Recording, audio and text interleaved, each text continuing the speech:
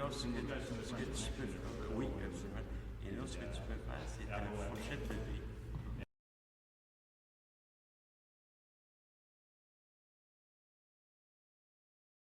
Entre 13 et 38. Bon, alors, à ce moment-là, on va dire par exemple 26. Bon, tu vas voir ici. Oui, c'est moi,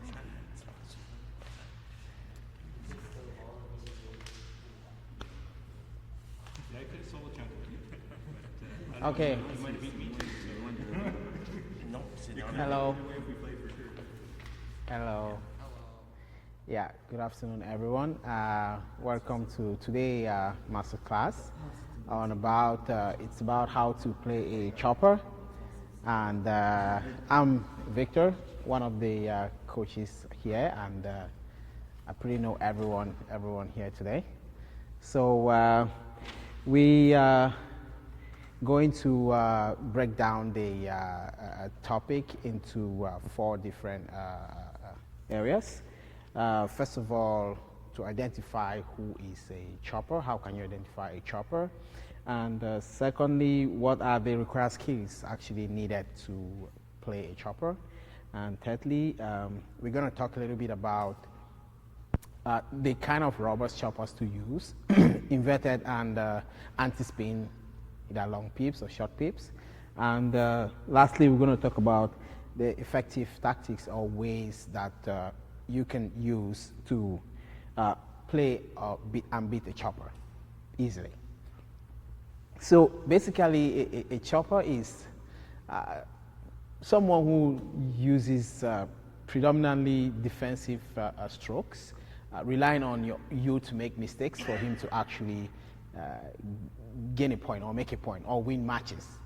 They don't actually like hit topspin balls. They take advantage of high balls to actually make a point. So basically they are defenders generally. That's who we consider a chopper. And in table tennis today, we don't really have like 100% choppers because the game is evolving and people are learning how to topspin. So they combine, even though they chop most of the time, they do combine chop with topspin, with pushes, with smash, and so on and so forth. So a chopper is not someone who just like chop all the time, even a high ball chops and things like that. No, they have a combination of other skills that are used, but predominantly a chopper will not initiate an attack, will wait for you to actually give him a good and high ball so he can actually make a point or smash or do a topspin.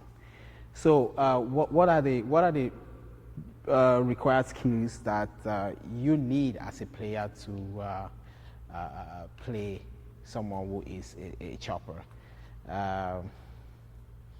If you can I ask if who actually has an idea of some of what are the required skills you need to actually play a chopper?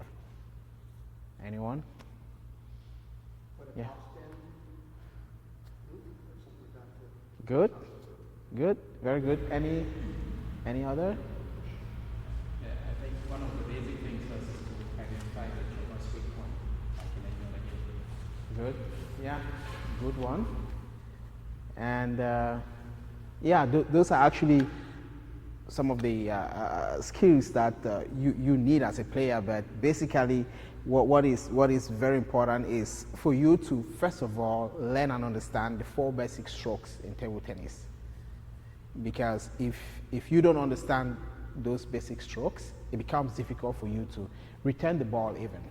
So the basic strokes I'm actually talking here are the forehand push, and the forehand and backhand push, and you also have the forehand and backhand drive.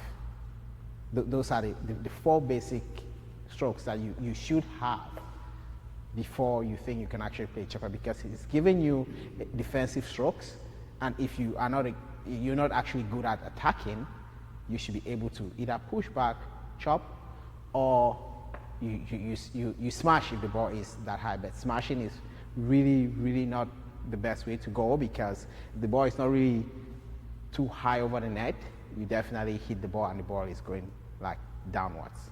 So that is the first basic skill that everyone would need to have before you can play chopper comfortably. You can actually go into a game, you see a chopper, you say, okay, yeah, I can play because I know these 4 basic skills that I can rely on.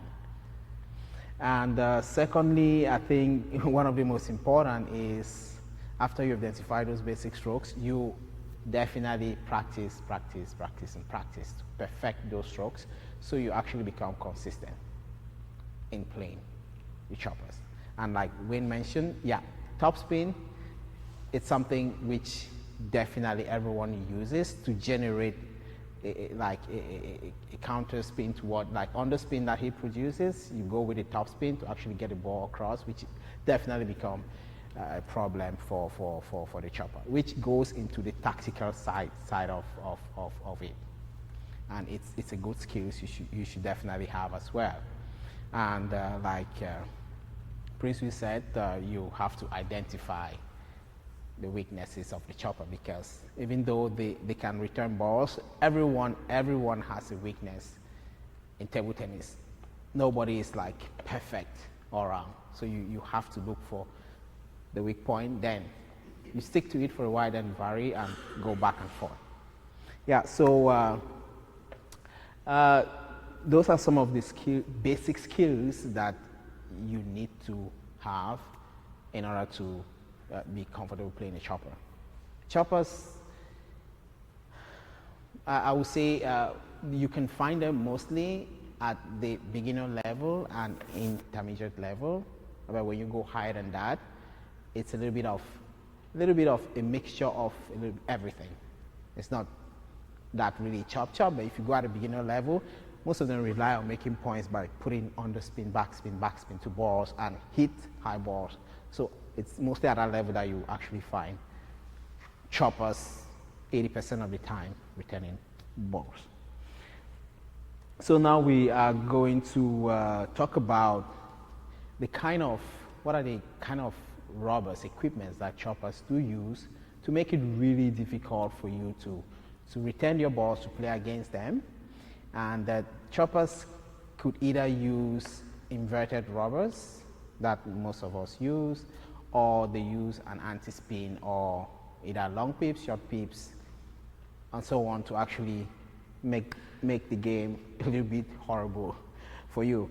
And we will definitely talk about some of the general principles that you can use to play either someone with using an inverted rubber, and someone using either long or short pips.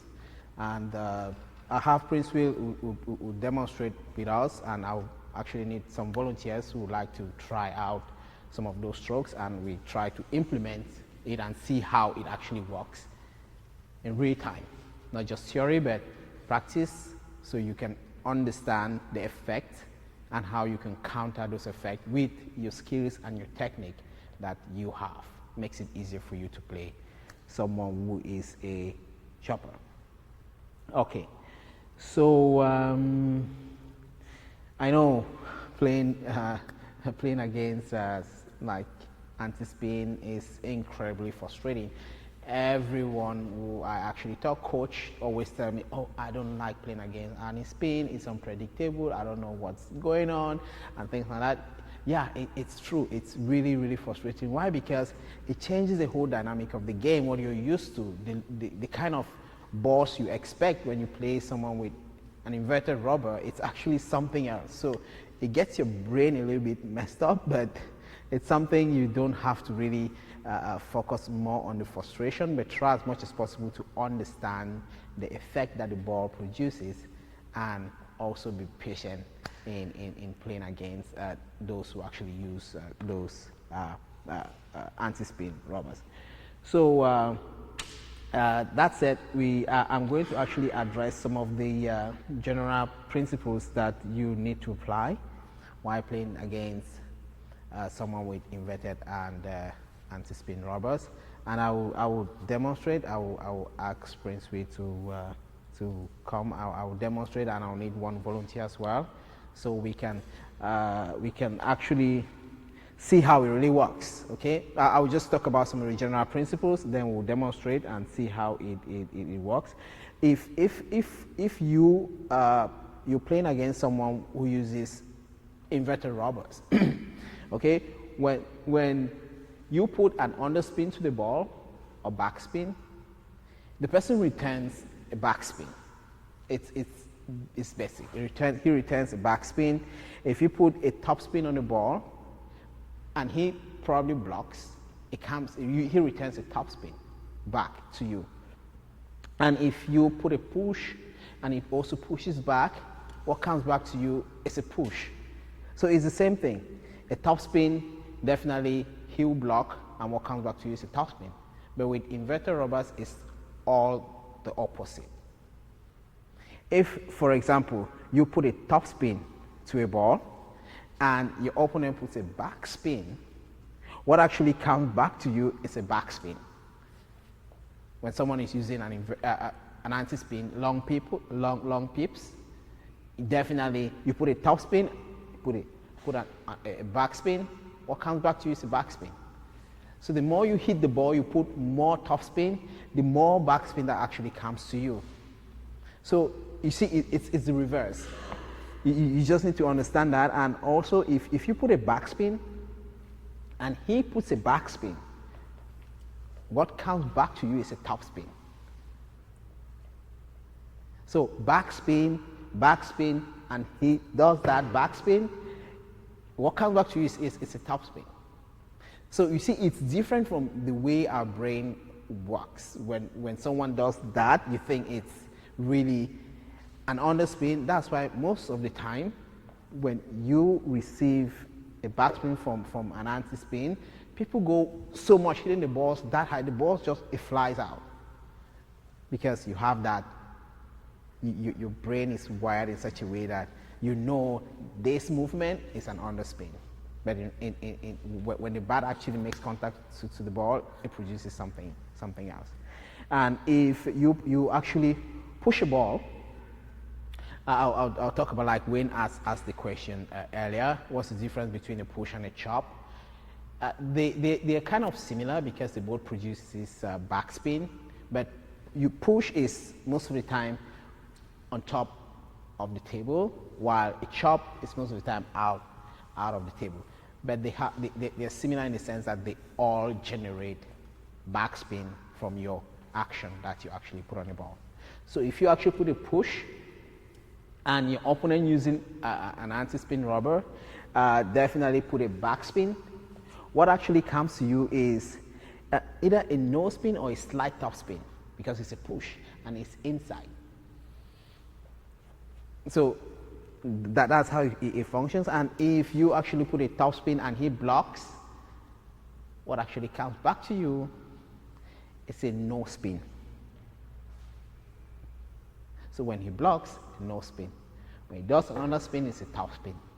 When he pushes, slightly either a no spin or slightly a top spin. And when he puts a back spin, then a backspin actually comes back to you. We would demonstrate that so you actually can see that in practice, how that actually works. Okay? So I will need, yes. I have a question. Thank you. Actually, you talked about the first point was having the four basic strokes.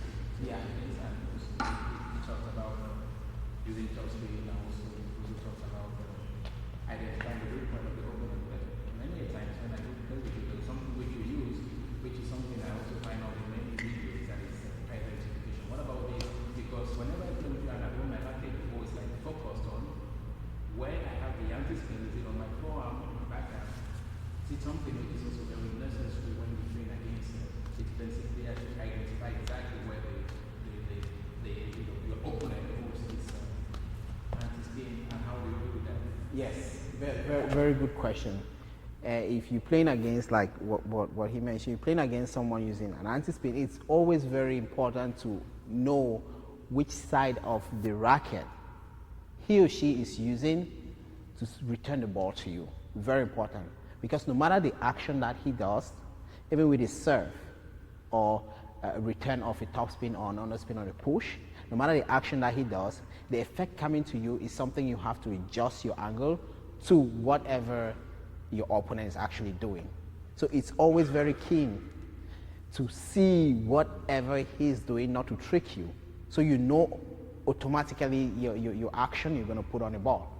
Because most of the time you just like people play, you don't watch your opponent, you don't actually know what they are doing. The very first thing is before you play a game with anybody, you should make sure you know what they are using. That's the first thing. I haven't seen that a lot around here, but that is a basic like something you should always do before playing a game with someone. They might warm up with you with hit balls. Even though they are using an anti-spin, they'll turn the side up, play so well, and you think, oh, they are using inverted rubbers. But during a game, always verify to know what they are using. So you already have that in mind. You know the effect you'll be receiving are two different effects. Some of them switch. They'll play with the inverted, they switch, they play with that, still with the backhand, but if you don't watch, or sometimes you even hear the sound, you should be very keen with that. The sound also tells you it's a dead ball. The ball actually doesn't run that much because it slows down the spin they put on the ball. So yeah, it's always good to be vigilant to know what your opponent is actually using so you can decide on which tool from your toolbox you're going to use to actually solve the problem. Yeah, thank you for actually bringing up that. It's key because if you don't identify that, you'll be like, what is happening to me? I know how to topspin and things like that, but what is actually the problem? I can't actually get it, but before you know it, he's already like 4 or 5 points ahead of you. Then you become tense, frustrated, and things like that. Thank you for any other questions before we demonstrate and go into the effective tactics and ways of playing a chopper. What's the difference between long pips and short pips in terms of the reaction to the ball when your opponent uses them? The difference is basically it's similar, but short pips definitely has more control and it sends the ball a little bit faster than long pips. You see, people who actually play with short pips, most of them they can attack with it. They can attack with it, but the effect that it produces is completely similar to that of the long pips. The only difference is that most of them are more offensive with that because it doesn't have the short pips. It has a little bit of you can control balls and hit balls back. Some people even try to topspin and things like that. And I believe there was a MasterClass on that. They touched about most of those rubbers. You can definitely check online and see, but they are very similar to each other. It's just that one is you can use it to be more offensive, make it really difficult for your opponent. But it's also good because we'll talk about the tactics in the next stage. Any other question? Okay, so who wants to volunteer? Let's do a little bit of trial and see a little bit of correction and how it works. Okay, come on, Todd, Prince. So we'll actually begin first with inverted rubbers. So inverted rubbers and the approach you use to actually return the balls back. Okay, so you can just do the chop with the back with inverted rubbers. Oh, we didn't invent it. Yeah, with the inverted rubbers. Yeah, so he does the top spin and you do the chop, and let's see. I'll explain as we go along. Okay, so yeah, just go. No, invert. Yes. Just chop out of the table.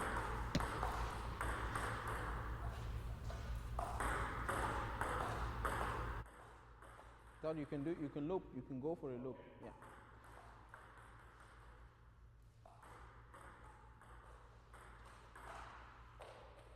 You can chop out of the table, right? Just chop.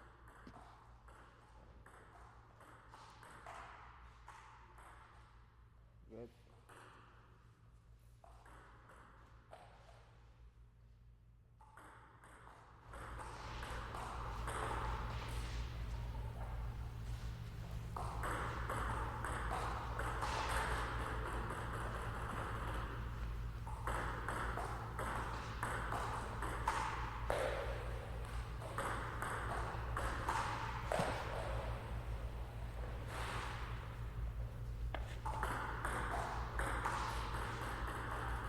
Come on, Todd.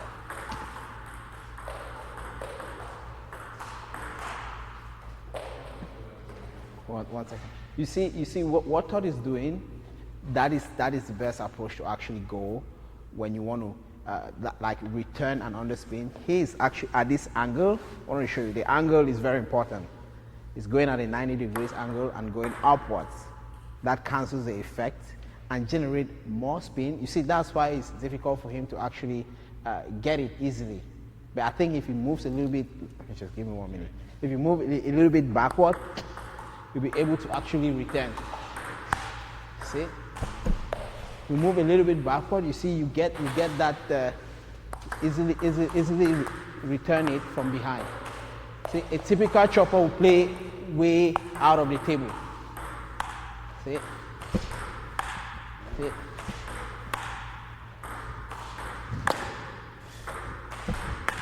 See? Good, really good. You see, that's a typical, that's complete chopping, plays out of the table, and the approach he's using, really great. Really great, canceling the effect by going up at that angle, 90 degrees, okay? So, we'll try now, that was a loop. We'll try, let's go with the long pips, do the same. See the effect, and let's go.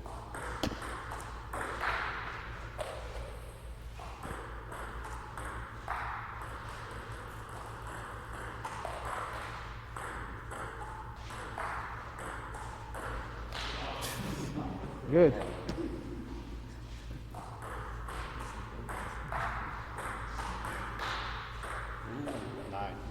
See, the more spin he puts on the ball and the ball goes back, the more underspin the ball actually goes back to him. You see, that is the same movement he was doing, but the balls are not going over the net because it's an underspin. He has to identify that that is an underspin to actually go slower than up and over.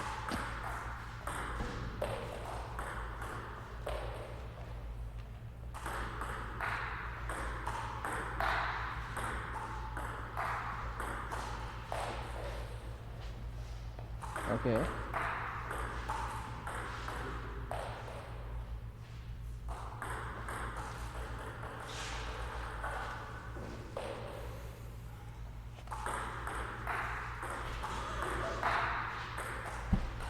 Come on, Todd, loop the ball.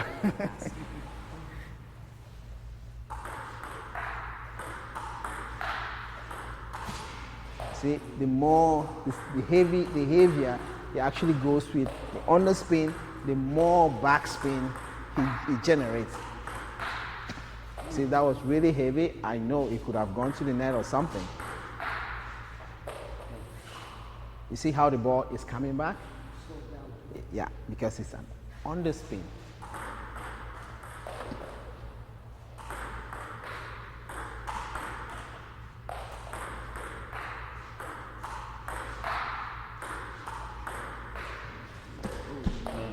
Okay, thank you, Todd. Can we have another volunteer?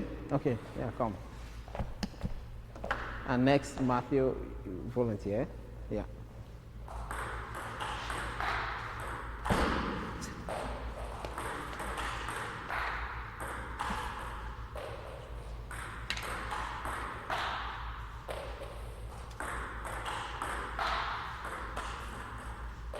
See, the ball has more underspin.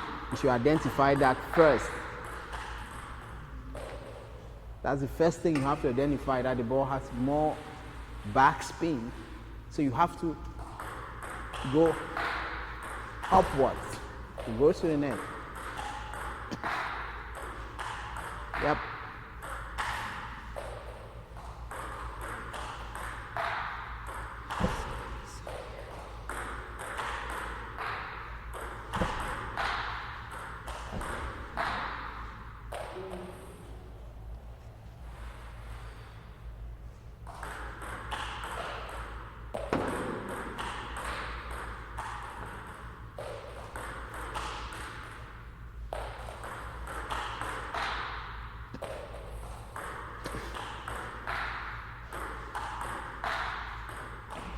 Okay, next.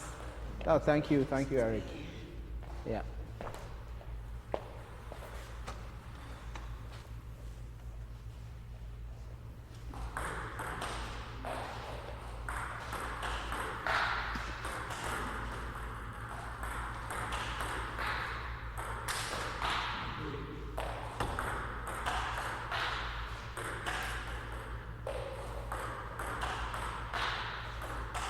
The ball has more underspin. The more you hit the ball, he basically is returning what you're giving. He doesn't generate any power. It's actually giving the same effect you're returning back to him.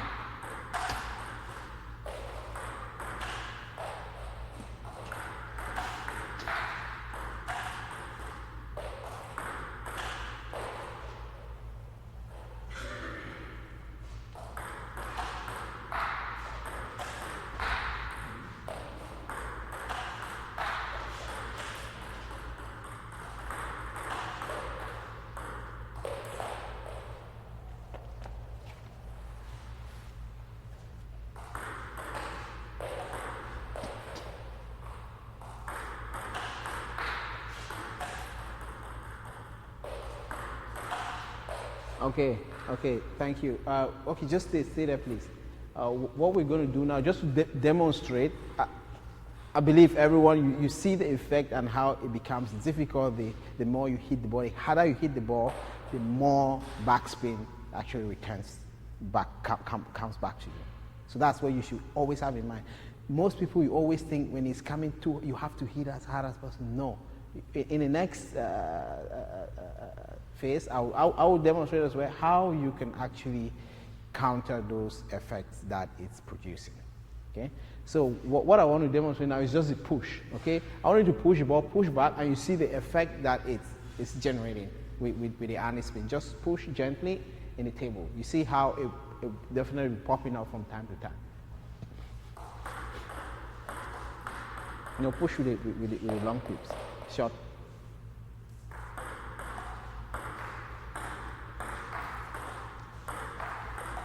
You see what's happening? When he pushes back, the ball goes that high. See how it goes? So the effect that he's producing is the top speed. You see, you're actually doing that. When he does short push, see, it jumps up. But with inverted rubbers, it will never go that high.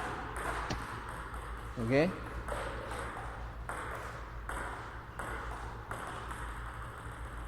Okay, so any other person want to try the push? Yeah, you can try the push. Thank you, Matthew. So just push short, just with the long pips, short. And so you see the effect that is generating when you actually put an underspin.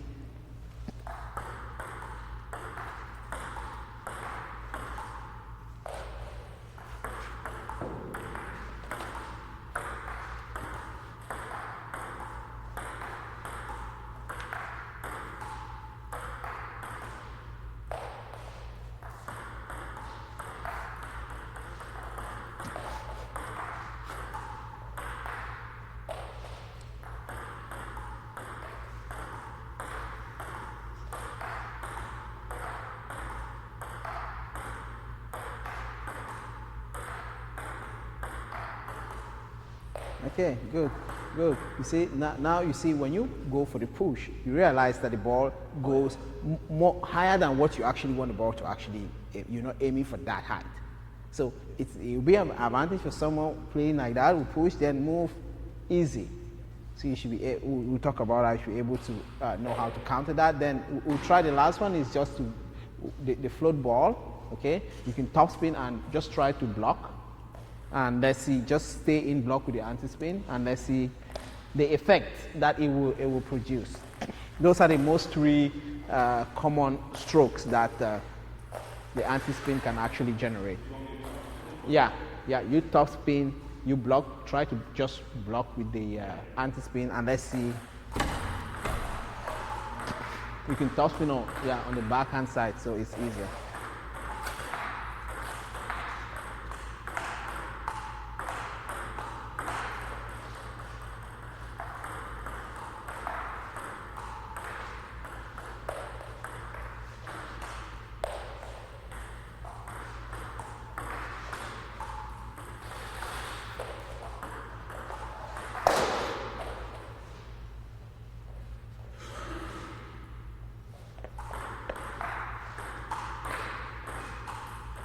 See, that's a float, no spin ball. That's a no spin ball when he blocks.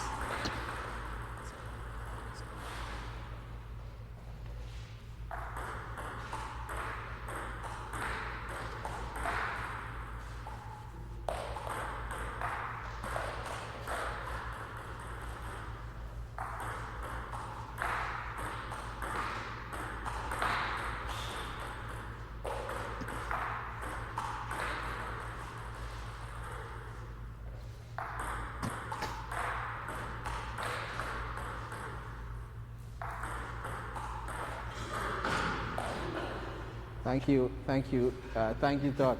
Any other person wants to try? Come on. When you do.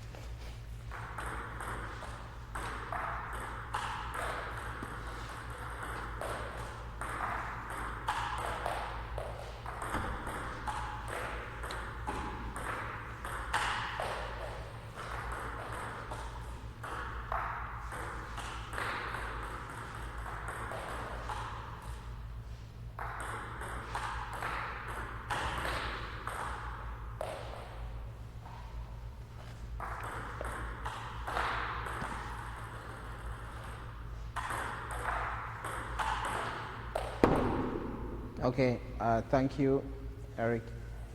You want to try? Okay, so thank you.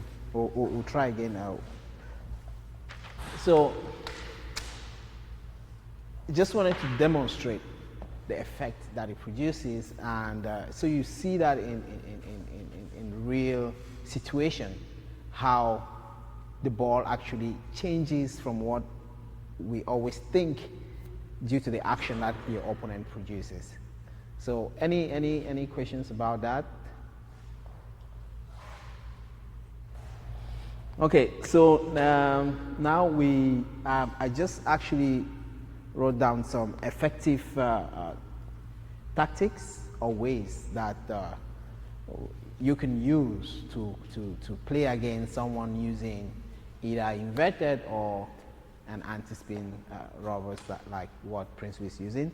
And first and foremost, I will want to stress on the fact that it's always good to develop a good serve. When you have the skills and the technique that you've practiced, you're consistent using, the very first way to actually play. Okay, let me start from here. It's always good not to be scared when you meet a chopper. That's the first thing, psychology.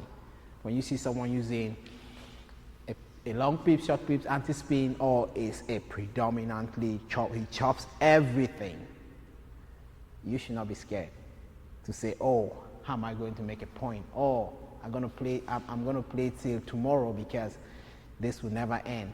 He returns everything back. But you should always have your game plan, game strategy that you are willing to execute and be ready to play the whole long rally. If you're consistent, you should not be bothered about that. You know he can not actually produce a spin, he actually feeds on what you give him. So it's up to you. Okay? So the first effective tactics will be to develop your serve, to set up the third ball, to win the point outright. Don't go into you see, when you go into harder strokes, it becomes more difficult for you sending the ball back.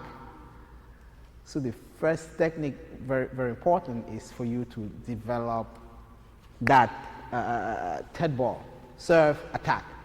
You make your point. Before he gets into his game, 1-2 point, 1-2 point. Try as much as possible to develop a good serve that will set up your attack so you can make a point.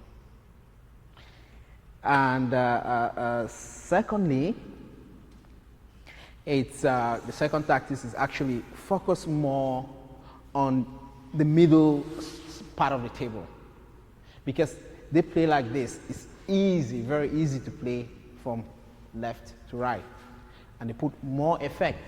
But here, you have to move. Not really enough time to make those adjustments. So if you can try as much as possible to avoid hitting balls here, if you want to hit balls to the left and right, it should actually be going out of the table.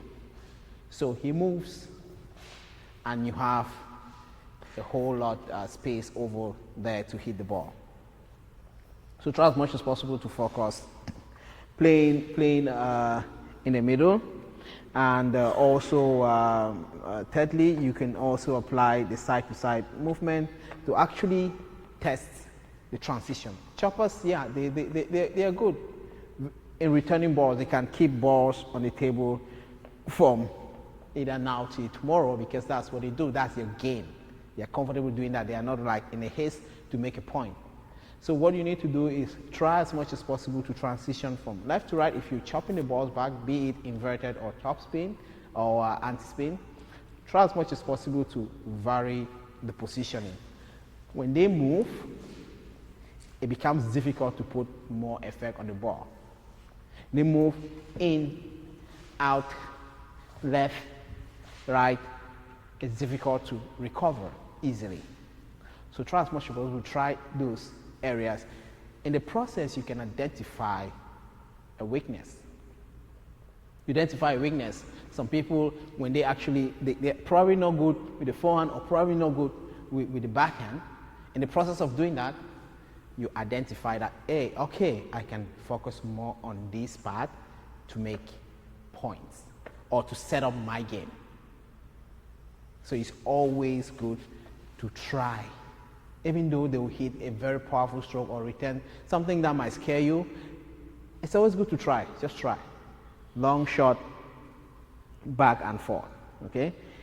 And one other thing, the fourth tactics I think it's very important is to be patient. To be patient. When most of the time we have learned the art doing a top spin, it's exciting, you can win a point outright, it's easy, but we're not patient to actually build up our points. The defender actually is forcing you to make errors. And you're rushing into that, you're rushing into it, you just want to kill the ball, you want to make the point. That's what I see, Eric, you miss a couple of balls, you're swinging too hard. If you actually did that gently, then wait for the ball, your opponent is right, it's far out of the table. If you do a gentle shot, what happens is, comes in. It's not that effective like that, giving you that hard return. So you have to be patient to build up your point. Wait for the better stroke. Don't make rash decisions because you just want to kill the game. He's a defender. Hey, that's his game. All what he does is, so long as you can get the ball across the net, he'll return it with an underspin or a block, not a top spin. If you're patient, you see you wear him out as well. You wear him out, something he's trying to do, you actually can do that to him. Be patient. And sometimes when you're so much patient, what happens is, what I realize while playing is, when you're patient against a defender, he tends to actually try to go offensive, because it's like, oh, but I could. He's changing his game plan. So in the process, you're actually winning, because he's playing what he's not comfortable doing. He just wants to kill the game because you're patient. You give him slow balls. He runs in. He wants to hit. He wants to block. He's not stable. He's not in the right position. He misses. You're making the point. You push him long shot, left, right, forward. You wear him out. You easily make a point in doing that. Okay, and yeah, don't try to, the same thing. Don't try to overpower him, because that's basically his game, and he's gonna stick to it no matter what. So patience is key. Patience, consistency is key in actually winning a point. Finding a weakness, like what we talked about, like what the princess actually mentioned. Left, right, forward, backward. In the process, you identify a weakness that you can use to actually counter most of the effect he's putting on the ball. Okay. One other tactics that most people use at the high level is they go on the one push, one top spin. One push, one top spin. And you're doing that, comes in, goes back. Again, back in. Just that alone is so difficult for him to put really strong effect on the ball, making it difficult for you to. You control the game. You control him, you control. As so long as you're in control, you're sure to make a point. Because you control whatever you want to do. He's out, that's his game. He's way out here waiting for the ball to slice or put a chop. You say no. There, comes back in, then you can push out. You see, he runs out. Then you see, that's an empty space. You can make a point easily. No matter how you hit the ball there, even with a light top spin, a fast one, for him to cover this distance, it's really hard, difficult. Some will get there, but as long as they're going out of the center of the table, you have a possibility of making a point. Okay? And don't definitely apply much spin on the ball if someone is using a long pips, because the more spin you apply on the ball, if you're not making the point, the more backspin you have in return. So you're working harder and harder and harder if you're doing that. So it's always good to have that variation. Play slow, play short, play long. You hit and make your point. It becomes more very, very easy. One thing I also want to make mention is it is very inevitable that you will never, so long as you're so good, even though you're that good with your top spin, it's inevitable that you will never miss. You will never miss a point, even this high. You can miss, for sure. You definitely miss, not one, not twice, not thrice. You definitely miss a couple of shots during a game playing against someone using an anti-spin rubber. But one thing that you should always keep in mind is don't be discouraged. Don't be frustrated. It's always very important to be calm and stick to your game plan.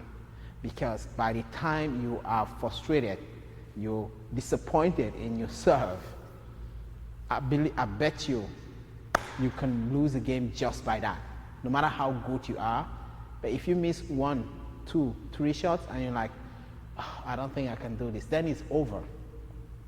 Even if you're leading. I've seen games where people are leading against someone playing with the anti-spin, like 9-1, and he comes back from behind and win. Same thing. You see someone leading with the anti-spin 9-1, but because I know my game, I know that is what I'm playing, no matter what you do, I will definitely stick to my game plan, and I can get back to 9-9 and definitely win the game. So it's very important not to be scared, not to be frustrated, but stick to your game plan. The game plan that you have, if you do understand all of those effects that inverted rubbers producing, is pretty simple: backspin, backspin, topspin, topspin. But with anti-spin, you have to understand that it's a little bit different. Then you can figure out how to actually approach those balls. And lastly, what I want to talk about is the angle that you have to use to actually hit those balls across. There are basic three angles that you use, either 90 degrees, if the ball is actually backspin, you just go upward like what Top was doing. Top spin, close the angle a little bit at 60 degrees, and you hit and go forward. And counter spin, you can close a little bit more, but we will not talk about that. But you should be able to know the angle. You know the ball that is coming towards you, and if it's an underspin, you know it's an open angle that you have to go and hit the ball upwards. Okay?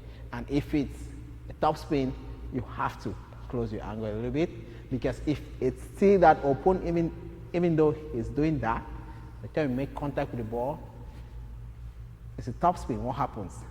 It goes long. So I want us to just So that is the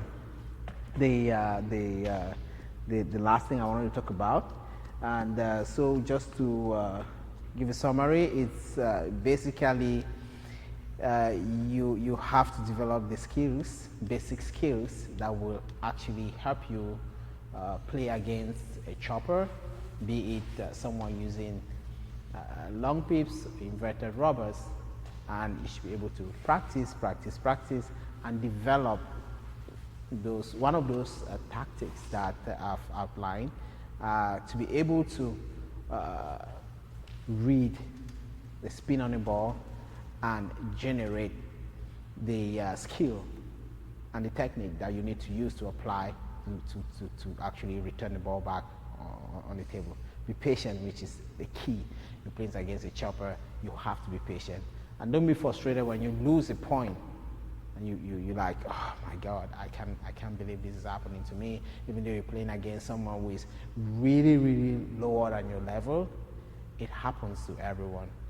That should not actually make you feel discouraged or disappointed in that. So I will end here by just saying if anyone wants to try and see how you can use the slow spin, push, and so on, it's something I will be willing to demonstrate. I can demonstrate, and we see how that works. If we have a volunteer to just to end the session on that note. So is there any question? Yes, Doc? Define it in terms of third ball attack. If you're serving, is it a good tactic if you know which side of the racket the opponent usually uses to turn with his long pips? Is it a good tactic to use a no spin serve to their long pip side, so you know you're going to get a no spin ball back, and you can take advantage of that and generate a top spin, just knowing what the spin is, basically no spin? Yeah. Yes, definitely. I would do that as well, definitely. But one thing I will say with regards to the third ball attack is, if you serve and you already know that's what's coming, and you can hit the no spin either with just a drive or with the top, whichever you choose. A no spin, you know, if you go with a lot of top spin, it goes out. You got to treat it like it's in between. You know? Yeah. It's not a top spin, it's not a backspin, so you got to close your angle on your racket with the top spin. Yeah, so yeah, that is a key component that you have to apply, knowing the spin and knowing the angle you're using to hit the third ball to make the point outright. Does that answer your question? Yeah. Any other question? Yeah. You just talking about how to defend chop. In another way, when should we use chop? When should you use the chop? Yeah. Good question. The chop is a defensive stroke, okay? Which means, for example, myself, I do chop ball sometimes if I'm not in a position to go offensive. I put a chop because it stops my opponent from also, if he's not in the right position, to either do a top spin or to displace or make the ball so hard for me not to actually recover from my previous stroke. So chop, you use a chop when you want to defend. If you're a defender, you use a chop. And you use a chop if you want to produce a defensive stroke to prevent your opponent from attacking. Because if for example, I want to recover from, I'm playing far off the table, okay? I'm right here, okay? I did a top spin and my opponent put a block to my backhand. It's difficult for me to move at the same time, hit the ball. But the easiest thing I can do to prevent him from hitting the ball so I can recover is that I put a defensive stroke. He automatically will slow down. He will slow down, he will take his time to react to that. But if I just hit the ball back, he doesn't, it's very easy, it's a topspin ball. He can hit the ball directly after the bounce. But if I put a defensive stroke there, he'll recover. He has to, I can demonstrate. I need one person, I'll show you what I mean. So you can use a chop to actually recover as an offensive player, to recover from either that movement. If you want to compensate for your movement, okay, you can hit the ball long here to my right, okay, and I'll return it, then you play to my left. Okay, go wide. You see, before he hits the ball, I can come back, even though I'm playing from here. Before he hits the ball, I will return to actually play back the stroke. Okay, go. See, I put a chop. Play, you can play wide. Go wide, you can play wide, so I go wide. Then you play left. Oh, sorry.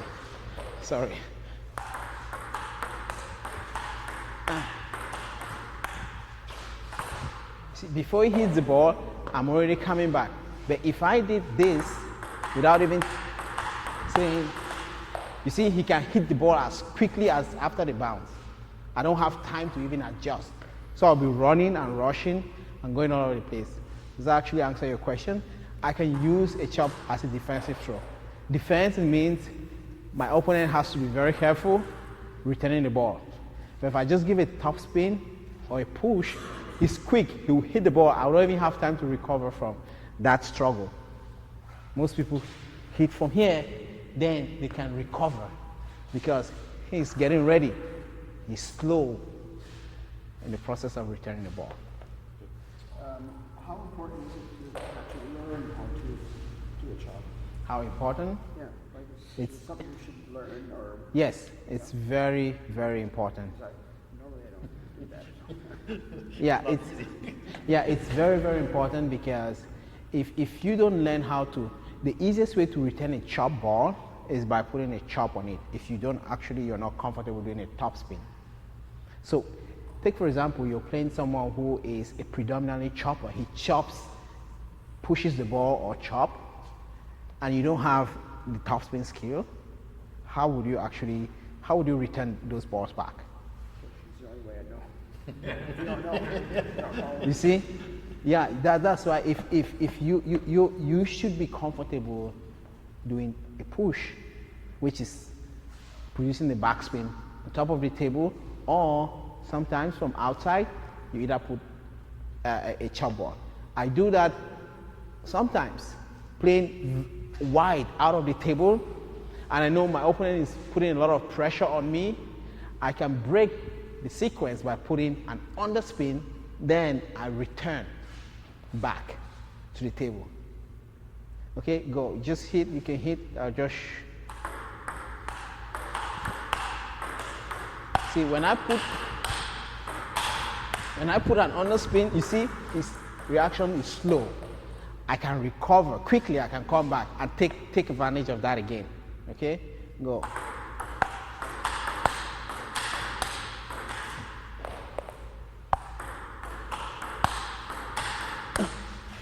You see, it's already slow, and I can take advantage. Now he was actually being offensive, but as soon as I did this, his reaction changes automatically. He's slow, then I return, I take advantage. So it's a defensive stroke, which is a very good tool to have in your toolbox. You use it to break the sequence, so you can actually take over. Any other questions? Okay, so if no other questions, Prince will actually walk around. We'll try. I will also demonstrate. I will definitely show you how to approach. I know most people are concerned about the anti-spin, which is legitimate, of course.